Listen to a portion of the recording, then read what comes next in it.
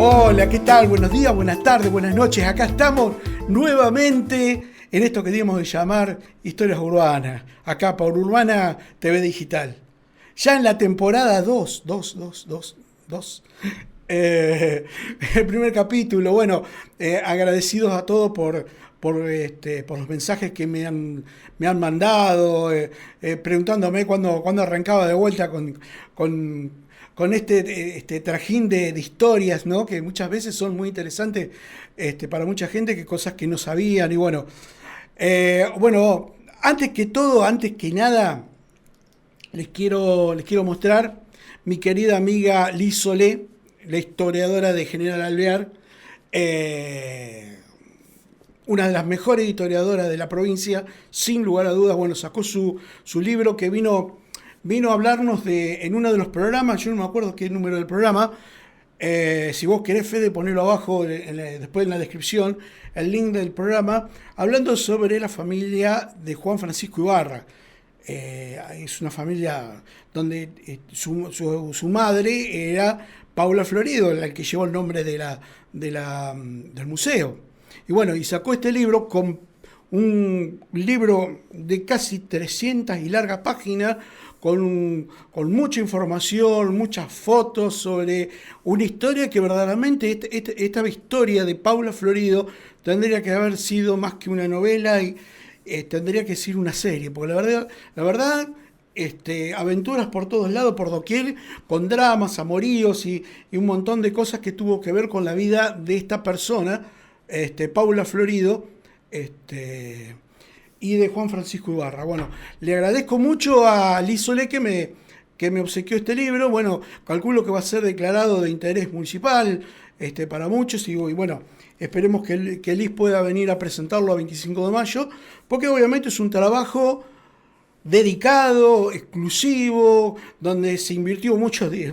Los historiadores, básicamente, de este tipo, como lo es Liz, invierten mucho dinero de sí, mucho tiempo, ¿no?, para la investigación, y obviamente es a nivel académico, no es nada light. Fíjense el grueso de lo que yo le digo, de la tapa, del lomo del libro. Es un libro de primer nivel, o sea, no es con los libritos que hago yo, pero verdaderamente un trabajo digno de destacar de mi querida amiga Liz Solé. Le mando un beso y un abrazo, y bueno, nos vamos a ver, seguro que nos vamos a ver dentro de prontito. Si vos me dejás, Fede, le quiero hacer una nota a Ali cuando venga a presentar el libro, porque es algo muy importante. Además, porque tiene que ver con la historia del 25 de mayo. A pesar que yo lo haya escrito por ahí una persona que es de General Alvear. Arrancamos este programa hablando de algo que me había quedado pendiente el año pasado, pero no quería dejarlo pasar, que era la historia de cómo fue el 24 de marzo de 1976, el 25 de mayo. Sabemos que hubo un golpe de Estado, y obviamente también cambiaron las autoridades locales, y obviamente se tuvieron que ir como ratas por tinante, pero dentro de todo ese contexto, y que verdaderamente no es ni una celebración, también es rememorar algo que verdaderamente subvertir el Estado de Derecho, la democracia a través de lo que fue el golpe militar, hace que reflexionemos un montón de cosas. Entonces, vengo a contarles eso, y muchas cosas que tienen que ver con nuestro 25, y por qué pasó lo que pasó, y cómo pasó. Porque muchas veces la historia oficial cuenta su versión bastante parcial, y muchas veces nos quedamos con esa versión parcial, y muchas veces termina siendo una estafa histórica, o termina siendo una estafa política. Entonces, vamos a echar un poco de luz sobre esta trágica fecha para la democracia argentina. Allá hace bastante tiempo, escribí sobre eso en mi segundo libro, Recordando Historias, donde hablo básicamente de cómo fue la sonada del 24 de marzo en local. Le cuento el contexto local y después me paso del contexto nacional para poder entender todo más o menos. Veníamos en 1973, cuando reinicia el periodo democrático, luego de una dictadura militar, Y obviamente había sido elegido el intendente 25, que fue Carlos Hendrickson, que ya hice un programa exclusivo de todos los vaivenes y todos los desvaríos que ocurrió.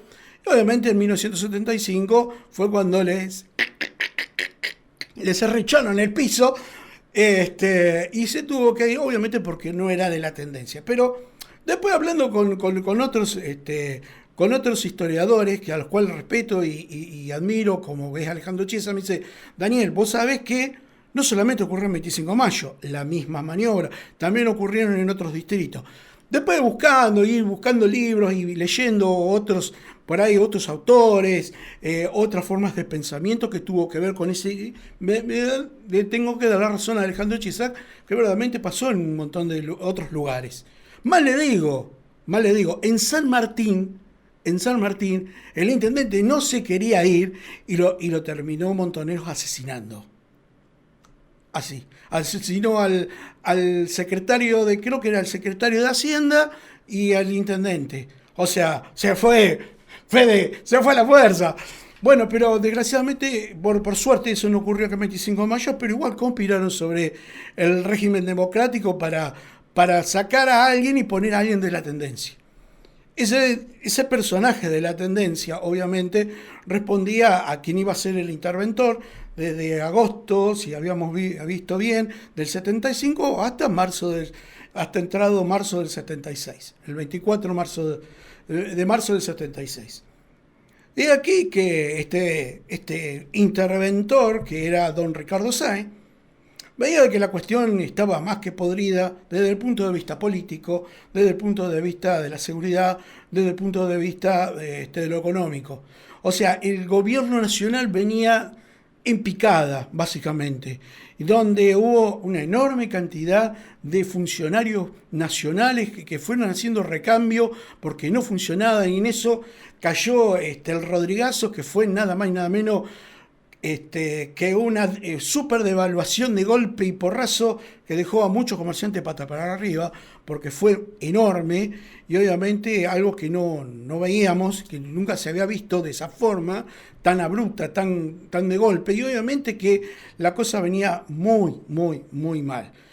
Sumado a la inseguridad, porque si nos ponemos a pensar, la actividad guerrillera y la actividad de la AAA, que era la organización paramilitar que tenía el gobierno, obviamente de extrema derecha, hacía que esto fuera un baño de sangre. Si nos ponemos a pensar a partir de ese periodo del 73 en adelante hasta el 76, fue una pelea entre el mismo partido, dos facciones, del de extrema derecha y el de extrema izquierda, y en el medio estaban todos. Estaban los criminalistas, los empresarios, militares, policías, esta gente, obreros, un montón de gente que o no estaban quizás ni de ninguno de los dos bandos, y esto fue una auténtica sangría. Una auténtica sangría.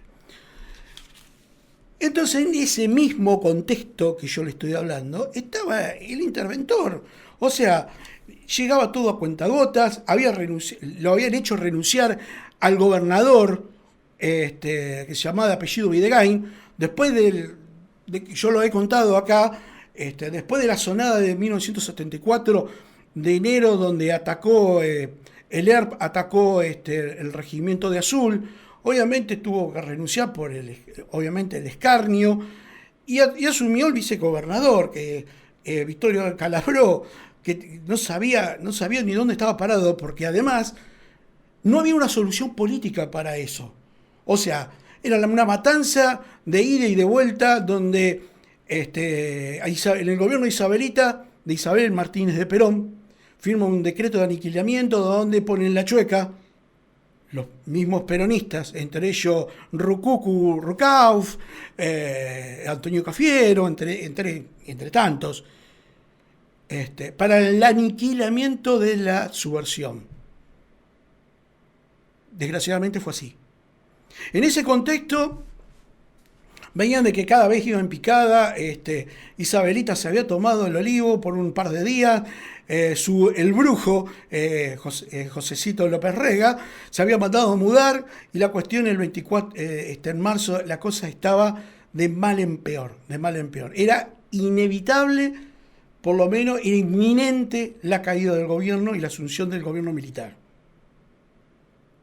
Entonces, uno empieza a buscar y a revolver libros y datos y encuentro, por ejemplo, por decirles, Nicolás Márquez, les leo lo que dice Nicolás Márquez, por ejemplo, para que vean hasta qué punto.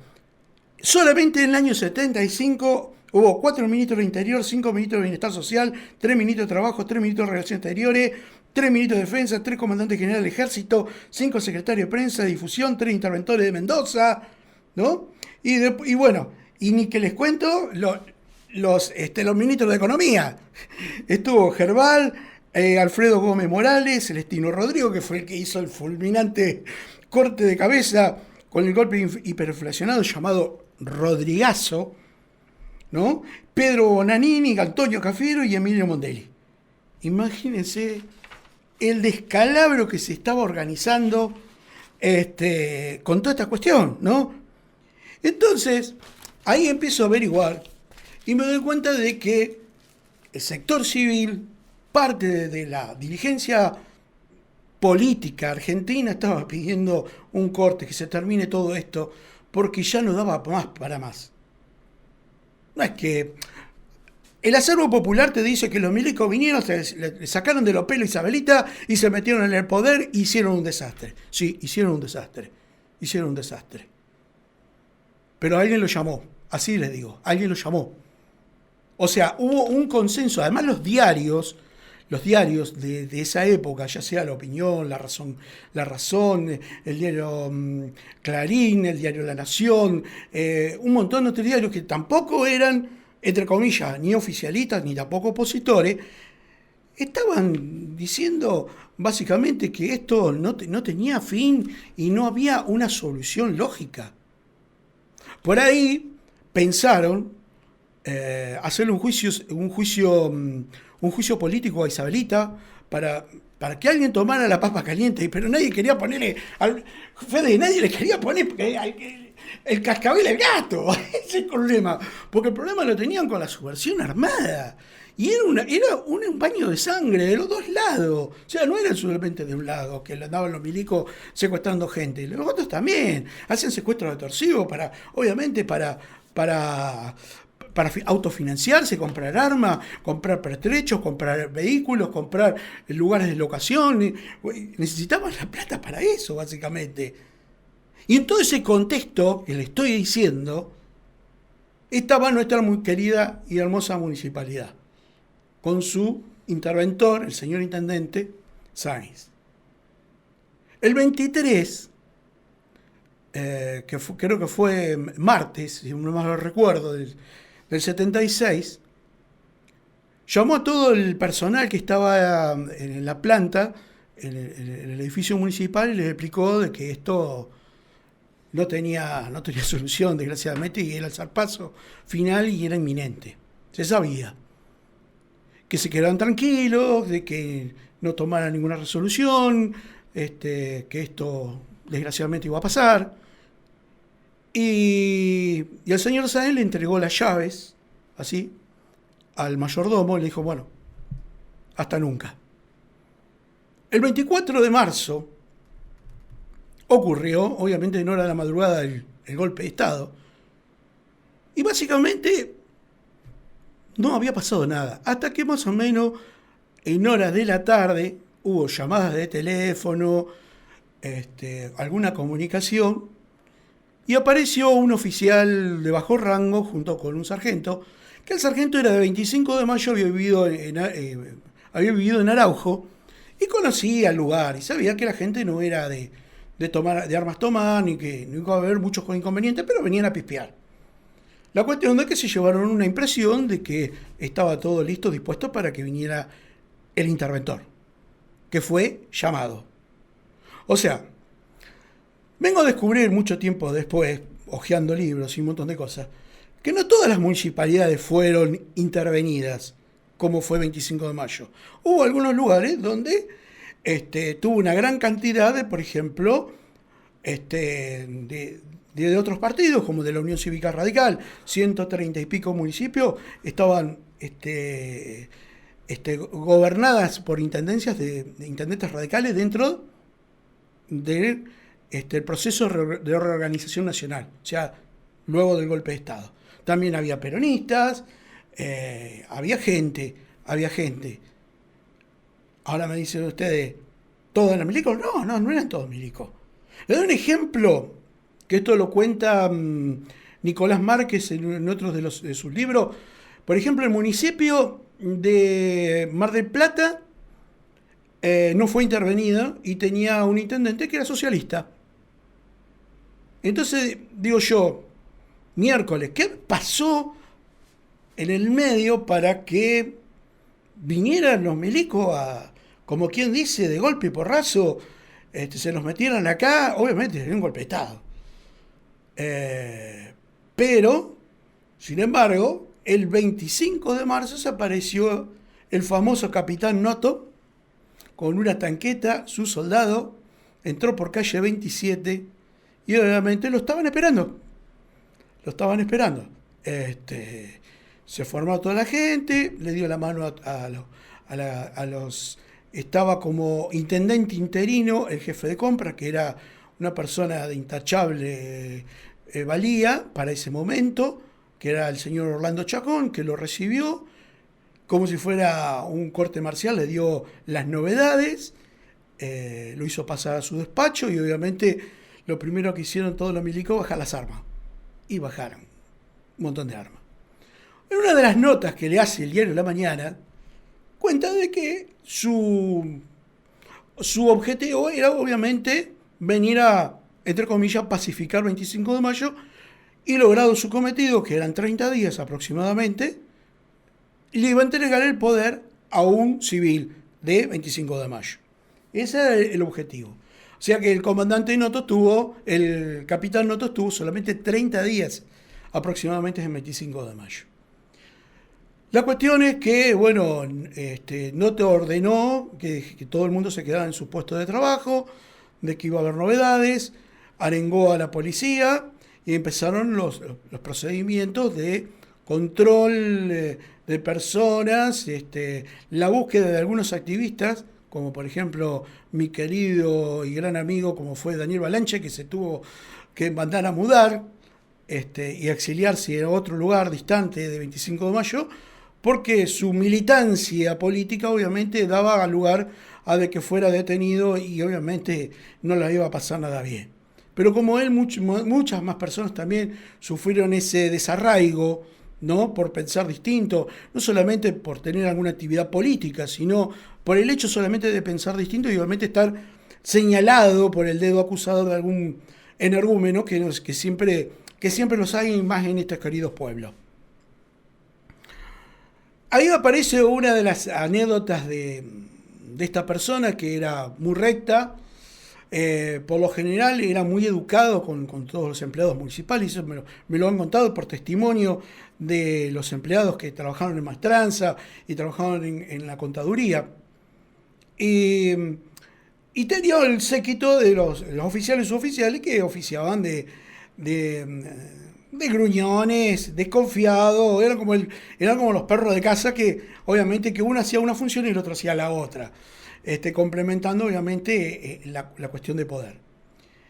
Ahí fue cuando supuestamente Noto se tomó el atrevimiento de cargar las armas y una de las armas obviamente se detonó dentro del despacho del intendente y le dejó un tremendo buraco al techo, que por años estuvo ese buraco. Y bueno, fue fiel reflejo de que, bueno, una de las cosas que habían cambiado, obviamente, había sido Fede, ya no estaba más el cuadro de Perón y Evita, y lo reemplazaron por el de San Martín y el de Bartolomé Mitre, aunque usted no lo crea. Después de ese cuadro yo lo anduve rastreando de Bartolomé Mitre, porque hay un montón de fotos de don Bartolo, y creo que estaba, la última vez que lo vi, estaba en el Consejo Deliberante guardado en un despacho, me acuerdo. Cosas que suelen pasar. Bueno, en fin, resulta que ahí empezaron los operativos de moralidad y buena costumbre, que ya venían de antemano, y obviamente se intensificaron. Por ejemplo, agarraban a alguno con el pelo largo, le cortaban el pelo, Era normal golpizas, averiguación sobre el paradero de algunos activistas políticos, algo otros lo llevaban detenido, pero no pasaba más de alguna verdugueada. Básicamente fue eso. Bien, ahí les voy a mostrar una foto. Esta está interesantísima. Sacame el cachito de plano, ahí está. Esa foto es del capitán Noto, el interventor, que estuvo 30 días. Al lado está el señor Orlando Chacón y obviamente está el secretario del capitán Noto y un oficial. Esa foto fue sacada con un teleobjetivo porque ahora les cuento todo y a vos también, Fede, la anécdota de esta foto. Fue sacada días antes que él se fuera, el capitán, porque a partir de creo que fue del 11 de mayo aproximadamente, ya tenía nuevo destino, que era el Monte Tucumano, porque seguía la lucha antisubversiva en Tucumán, y donde fue herido tiempo después. Y bueno, ahí está recorriendo lo que es calle 9, y en el fondo lo que se ve es ¿cómo se llama? El Banco Nación. Y esta foto la sacó Rubén Picchio con un teleobjetivo, porque Noto no le gustaba que le sacaran fotos, y un día se dio cuenta de que en la segunda foto, hay una segunda foto de Noto que están de espalda, ahí está. Le saca la foto también, esas dos únicas fotos le sacó a Noto. Y la cuestión fue que Noto se dio cuenta y le dijo, la próxima vez que me sacas una foto te meto un tiro. O sea, no era hombre de pocos amigos. Obviamente porque era una forma de identificarlo. Pero lo que quería era, obviamente, sacarle una foto, obviamente, a la máxima autoridad municipal. Esa era la intención. Dentro de este periodo, que son 30 días que estuvo el interventor, y ahora les cuento por qué vino el interventor. Hubo muchas denuncias de irregularidades dentro del municipio, de que, por ejemplo, el intendente Sáenz había entregado viviendas que eran para los inundados, las que están exactamente en calle 6 y 21, teóricamente iban a ser para los inundados y de buena primera entregó la llave a quien se le acercaba, y la cuestión fue bastante complicado porque obviamente no, estaba destinado para un fin determinado. No nos olvidemos que en el 73 tuvimos una inundación de la Gran Flauta y había mucha gente que había vivido en el Sandalio, estaba viviendo en los vagones del ferrocarril. Y por muchos años estuvieron ahí. Y daban obviamente un triste espectáculo. Y no, tanto el gobierno constitucional como el gobierno de facto querían resolver esta cuestión de buenas a primeras, obviamente, porque no era una condición digna de vivir. Entonces, en esas cuestiones, cuando llega Noto, se encuentra de que habían vaciado, así como se los cuento, habían vaciado el tesoro municipal, donde estaban todas las recaudaciones, obviamente. Ahora seguimos, antes, pasate para atrás, porque vamos contando de estas historias.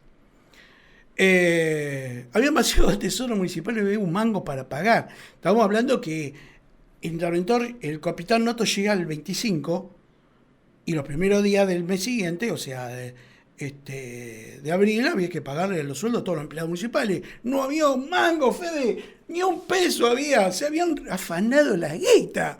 O sea, nadie sabía nada. Entonces, Noto le comunica al gobernador la novedad, y obviamente le dijo, haga un sumario penal, ¿qué pasó? Y obviamente empezaron a deslindarse las responsabilidades, y cayó que detuvieron al secretario privado del intendente y a alguien de tesorería. La cuestión es que estas dos personas, tengan o no tengan nada que ver, porque ya no es materia de análisis eso, los torturaron, los vejaron, hicieron su simulacro de funcionamiento, hasta que uno se quebró y confesó. Pero seamos sinceros, bajo tortura, vos, Fede, le podés decir que sos el hijo de la monachita, ¿me entendés? O sea, cualquiera puede decir cualquier verdura con tal de sacarse encima que lo están torturando, el sufrimiento. Obvio que bajo tortura pueden decir cualquier cosa. La plata nunca apareció. Nunca apareció. Pero el pobre infeliz que confesó terminó un par de años en cana por haber confesado. ¿Qué quiere que le diga? La cuestión es que estas dos personas, mucho tiempo después, fueron reconocidas. Obviamente, ¿qué podemos decir? Agarraron dos boludos, dos perejiles. Puede ser. Pero les llevaron hasta el último de sus días, llevaron ese estigma, y hasta el último de sus días, las huellas psicológicas que le dejó la tortura los persiguió. Y eso, desgraciadamente, no se paga con nada. Así le digo. Pero fue un hecho anecdótico más allá de todo esto, que obviamente es doloroso hablar de estas cosas. ¿Hubo torturados? ¿Hubo lastimados, golpeados? Sí, había un montón, un montón. Más les digo, uno de los pequeños centros de detención local era la misma comisaría, en los fondos, donde estaba el casino oficial, que creo que hasta no hace mucho estaba la radioestación en el fondo. Entonces entraban por el costado, los famosos vehículos, donde iban personal por lo general militar y policial, y bueno, y ahí hacían las averiguaciones, fajaban a alguien, le cortaban el pelo, cagaban a palo gente. Y entre ellos, y lo puedo dar fe de eso, estaba el abuelo de mi hija, por ejemplo. Un tipo que lo único que hacía era jugar las barajas y caía la cana en un boliche, como todos los boliches de pueblo, no llevaban documentos, no llevaban nada. Y entre palabra va, palabra viene, terminaba golpeado. Una, después lo agarraron de punto, 2, 3, 4, y una vez casi lo mataron. Y un día le dijo a mi ex suegra, dejate de joder porque esto no, te van a matar. Así como les digo. Excesos hubo un montón. Picana, golpes, vejaciones, los hubo. ¿En nombre de qué? De la seguridad, en nombre de la civilidad. Eran todos civiles los que estaban golpeando. Pero seguimos con esto. Hablando sobre la verdad. Llega el tiempo en que Noto termina. Entonces, básicamente ahí afloraron los grupos que estaban apoyando agazapadamente que vinieran los militares. Entonces había 3 candidatos para, obviamente, que Noto, terminado el periodo de reorganización, tenía que entregarle, obviamente, el mando, la intendencia a un civil. Entonces había 3 grupos bien definidos. En uno estaba un grupo, y en esto tuvo mucho que ver el Diario de la Mañana, porque el Diario de la Mañana obviamente publicó en el diario las notas donde estaban los grupos que estaban apoyando, obviamente, las candidaturas, ¿no? De facto, ¿no? Entonces teníamos al ex intendente Ramírez, que estaba apoyado, y les digo bien, para que más o menos tengan idea, estaban apoyados por un montón de gente. Entre ellos, la Cámara de Comercio, el Club Alumni, la Sociedad de Fomento del Valle, la Cooperativa Tambero, la Sociedad Pro Fomento San Enrique, Sociedad Abastecedores de Carne, el Centro de Camioneros, la Cooperativa Electricidad Zona Sur, Sociedad Francesa, Ganadero 25 de Mayo, Veloc y Compañía y el Centro de Constructores. Ahí saltaba la laucha. En por ejemplo. El otro grupo era el que estaba apoyando a que el señor Orlando Chacón, que era de una conducta intachable, jefe de compra, siguiera como intendente interino, como intendente de facto. Y otro grupo estaba apoyado por el sector más ruralista, y obviamente quería que saliera el intendente del sector ruralista, que estaba apoyado por la sociedad rural. Ahora la cuestión, y acá salta la cuenta, de que, por ejemplo, los sindicatos siguieron trabajando y estaban apoyando la dictadura local, estaban apoyando el golpe de Estado local. Porque ¿qué pasa? Se habían prohibido la actividad gremial, pero se cambiaron el nombre. Era el mismo perro, pero con distinto collar. Se llamaban Centro de Abastecedores de Carne, Centro de Camioneros, Centro de Mecánicos y Afines, Centro de lo que quiera, pero era el mismo sindicato. Ojo. Ahí empezaron. Y obviamente que hubo fuerzas vivas que obviamente que estaban apoyando a uno u otro candidato. Digamos que había 3 candidatos en pugna. No se ponían de acuerdo. El intendente le dijo, lo que es el capitán Noto le dijo, bueno, se tiene que poner de acuerdo. El gobernador les dijo que era un general que se llamaba Ibérico Seingel, se tienen que poner de acuerdo. Entonces, ¿qué pasó? No se ponían de acuerdo. Entonces, muy fácil. Agarró el gobernador dijo, bueno, ¿cuál es el sector que más colaboró con las fuerzas de seguridad? El sector ruralista. Bueno, de ahí tiene que salir el intendente. Y obviamente, ahí está la nota, obviamente, apoyando al señor Chacón, obviamente porque tiene una conducta intachable, y todos veían de buena manera, veían de que podía ser un buen administrador, obviamente porque era el jefe de compra municipal. Y bueno, la cuestión es que no se ponían de acuerdo y recién en junio, bueno, dice, el sector ruralista va a tener que elegir su intendente y obviamente que el que le tocaba era el señor García Arena, que el cual obviamente siempre fue una persona de bajo perfil y bueno, dice, tenemos que elegir un administrador, un buen administrador y de ahí salió el intendente, ¿no? Que se llamaba Alberto Rogelio Criado. Un administrador de campos que sabía mucho de cuentas y de números y veía de que es una persona intachable, que ya tenía experiencia en la administración de empresas y obviamente veían al municipio como una empresa. Entonces dijeron, de ahí tiene que salir la cuestión. Bueno,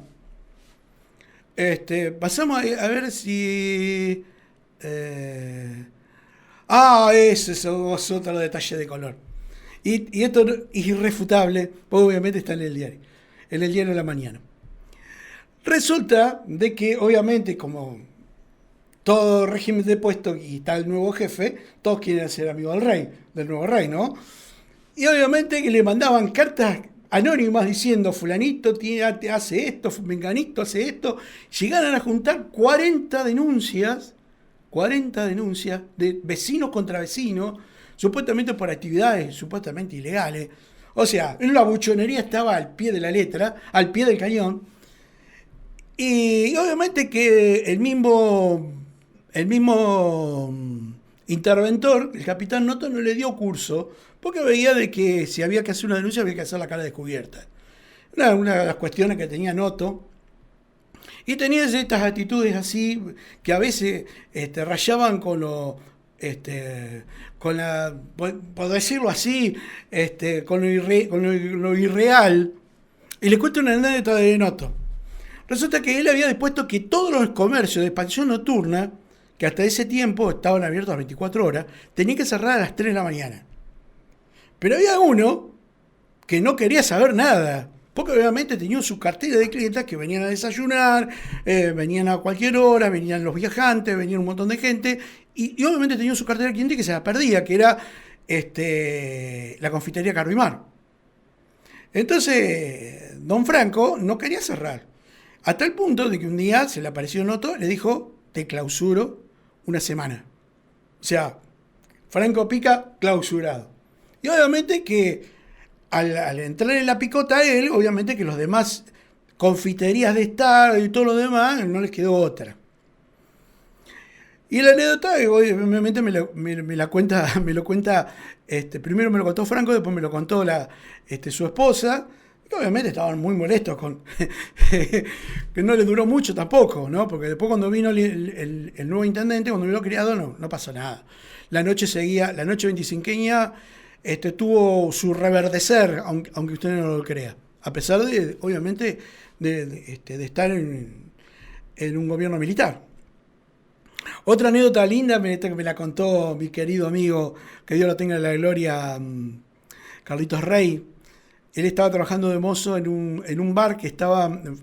A ver, ¿qué hay ahora? Hay una casa de electrodoméstico ahí ahora. Enfrente de la Plaza Mitre. Ahí había un bar que se llamaba Sir Morgan. Y en Sir Morgan iban todos por ahí, gente de otro estatus económico. Y llegaban a las 3 de la madrugada, cerraban las cortinas y había show obviamente, para los clientes selectos, ¿no? Y uno de esos shows habían traído unas strippers del estilo americano, que se sacan de a poco la ropa, le van poniendo plata en la bombacha, bueno, todas esas cuestiones. La cuestión es que, obviamente, en un régimen militar estaba medio prohibido. Y alguien fue y el cahueteó, obviamente, y se apareció Noto con todo el personal militar, irrumpe y encuentra que estaban haciendo un asado de amigos. O sea, ya le habían avisado de que iba a ir el jefe, ¿no? Y esa noche, bueno, no hubo baile de strip arriba de las mesas. Pero cuestiones así, y a veces termina rayando con lo anecdótico, pero obviamente hubo muchas cosas que fueron trágicas, ¿no? Y obviamente que el dolor y todo lo demás y todo lo que condujo un golpe de Estado y además la muerte, ¿no? Y el exceso, no nos tenemos que olvidar del exceso, ¿no? Y de la mayoría de la gente que estuvo en el medio, metida, y obviamente que hubo mucho dolor y muchas cosas que se perdieron, ¿no?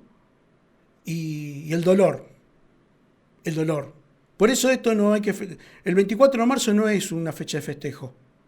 Es una fecha para recordar que esto no nos tiene que pasar nunca más.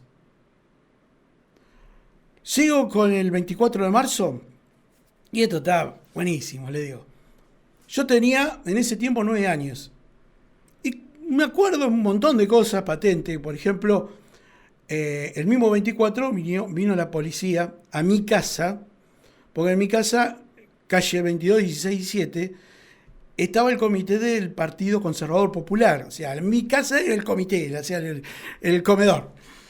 Y siempre está lleno de afiches, sellos, membrete, publicidades, todo lo que había quedado de la campaña del 73. Había quedado un montón de papelería, un montón de cosas. Bueno, en fin. Lo vinieron a notificar a mi papá de que había que darle un corte a todos los partidos políticos, a la actividad política, los derechos de reunión, papá. Y mi viejo ya sabía de antemano qué es lo que iba a pasar. Y recuerdo haber ido a un almacén que estaba a la vuelta de mi casa, de Arioni, que no sé si estará abierto todavía, si todavía existirá el almacén de Arioni. Y me traje 2 cajas, me acuerdo, y metimos todas las porquerías adentro de la caja y se la entregamos en la puerta. No entraron a mi casa los milicos, directamente se la entramos en la puerta. Y bueno, le hicieron firmar el acta de secuestro, la notificación y ¡pam! Listo, chao. O sea que fue un trámite relativamente sencillo y sé que en los demás partidos políticos más o menos fue más o menos igual. Otra anécdota que tengo de ese momento, recuerdo que mi barrio, obviamente nos conocemos todos, un barrio pueblo, y habían detenido los militares a una persona que era del barrio, que no tenía ninguna... No tenía ni ideología política ni nada, era un laburante, que me acuerdo que era plomero, y lo habían detenido porque se parecía a un guerrillero que andaban buscando. Al pobre infeliz le pegaron una diaba a ese pobre diablo para que cante. ¿Qué iba a cantar? Si lo único que sabía de plomería, ¿viste? Bueno, y ahí corrieron, me acuerdo de todos los vecinos, a hablar con mi viejo, porque mi viejo, además de ser ex político, también era jubilado de policía, conocía un montón de gente, le dijeron, por favor, don Herminio, mi papá, vaya, por favor, no tiene nada que ver. Bueno, y cuando llegó a la comisaría le dijo, pero este es el plomero, ¿qué es subversivo? Bueno, la cuestión es que ya le habían pegado una sobada al pobre hombre y bueno, obviamente lo dejaron en libertad cuando descubrieron de que verdaderamente no tenía nada que ver, ni tenía actividad política, ni gremial, ni nada. Cosas de esos excesos que pasaron el 25 de mayo, los, pasaron. A mí me consta que pasaron porque yo los viví. A pesar de tener 9 años, veía todo, miraba todo y cuando uno es chico por ahí tiene una excesiva curiosidad de saber, ¿no? Hasta saber qué está pasando, o escuchar a mi viejo hablar de política, ¿no? El no te metas. Y bueno, otra anécdota. Fíjense, obviamente asume, creo que fue el 2 de junio del 76, asume obviamente el intendente, ¿no? El nuevo intendente, que fue Alberto Rogelio Criado. Y obviamente que hubo salutaciones, y una de ellas hubo obviamente un almuerzo agasajando al nuevo intendente, y obviamente había que estar del lado del campeón, no del lado de los perdedores, básicamente. ¿Vio usted, don Federico? Y bueno, hicieron un almuerzo agasajándolo en ese tiempo se llamaba Hotel Galileo, que ahora hay un geriátrico, ahí en la 30. Y bueno, entonces, ¿quién participaron? Participaron el coronel Zaini. Zaini fue el nexo entre los civiles que golpearon la puerta de los cuarteles y los milicos. Entonces, era el nexo, se habían reunido tiempo atrás ya, en un club céntrico, se habían reunido, obviamente para finiquitar estas cuestiones, ¿vio? Entre ellos, hacer la purga, fijarse cuáles eran los activistas políticos. Le cuento una anécdota de eso. Había en poder primero del intendente y después de policía, carpetas de inteligencia. Y de acuerdo al color de la carpeta de inteligencia, era el nivel, obviamente, de cuidado que había que tener con esa figura, con esa persona. Esa carpeta de inteligencia estuvieron en poder del intendente hasta un poco antes del 10 de diciembre del 83, obviamente, cuando asumió el intendente Esteves, obviamente por elecciones, que es de las USR. La cuestión es que había que deshacerse de todas esas carpetas de inteligencia donde estaba la información de los vecinos, qué ideología política tenían. Bueno, y hubo una sarta de buchones, obviamente, como en todo régimen, donde obviamente proporcionaban información. Y hasta fotografías, Fede, increíble. Tenían hasta fotos de la gente, número de teléfono, personas conocidas, personas de otra ciudad que eran parientes, un montón de información. Y eso fue quemado. ¿Vieron entre la comisaría y la municipalidad que hay una entrada? Bueno, en ese lugar fue quemado un montón, eran como 2 o 3 armarios de carpeta, fueron quemados todas las carpetas. Eso me lo contó el que estaba de mayordomo, un pariente también, me lo contó cuando lo hicieron, y obviamente que le vino una picardía, tantas carpetas, no, se quema todo. Y se eliminó todo eso, que obviamente que podía ser parte de pruebas incriminatorias, ¿no? De que se fijoneaba y obviamente dentro de la lucha antisubversiva estaban haciendo este tipo de actividades. Entonces, volvemos al almuerzo. ¿Y quiénes fueron al almuerzo de la victoria, entre comillas, llamándole al intendente?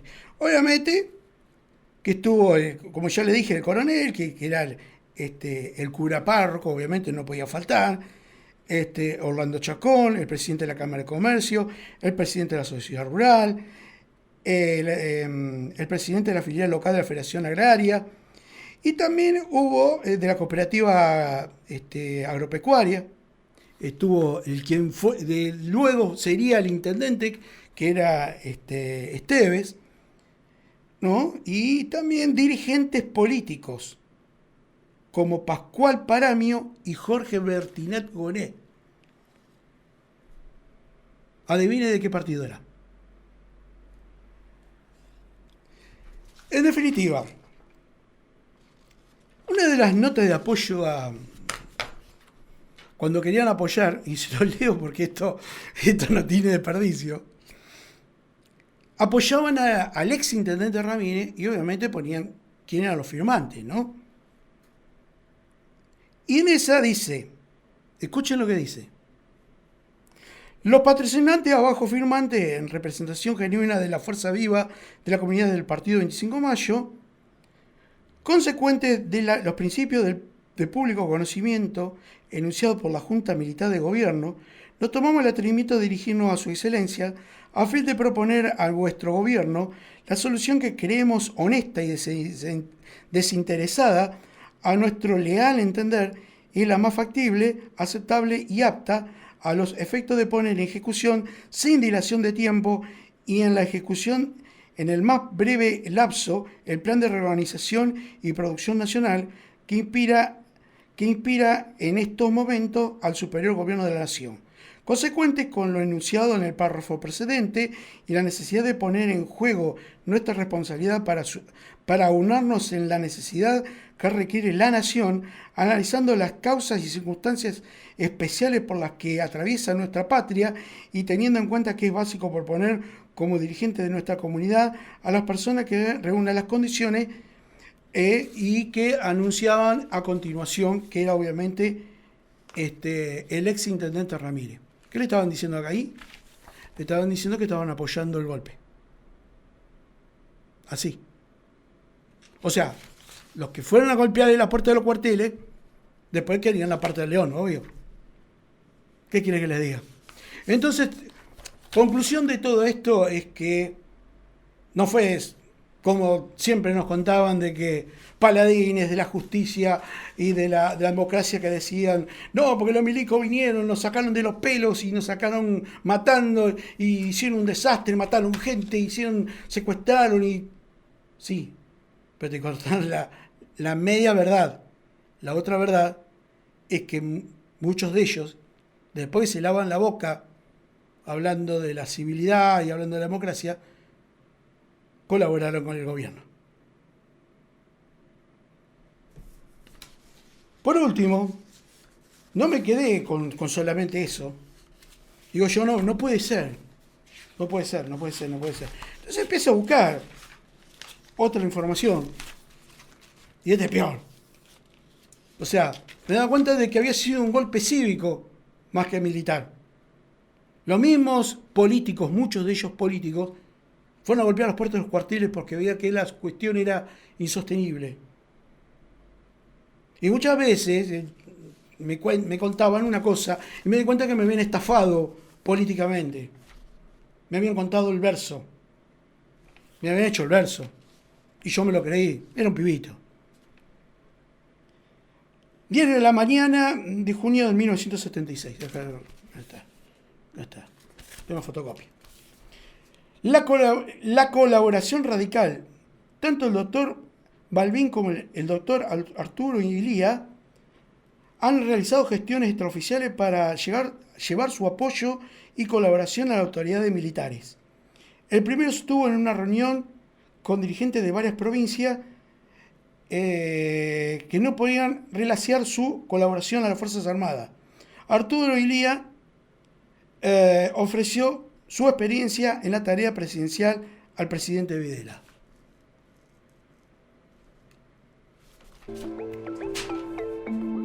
Nos vemos pronto. Que tengan una buena tarde, una buena noche, un buen día. Nos vemos en esto que dimos en llamar Historias Urbanas.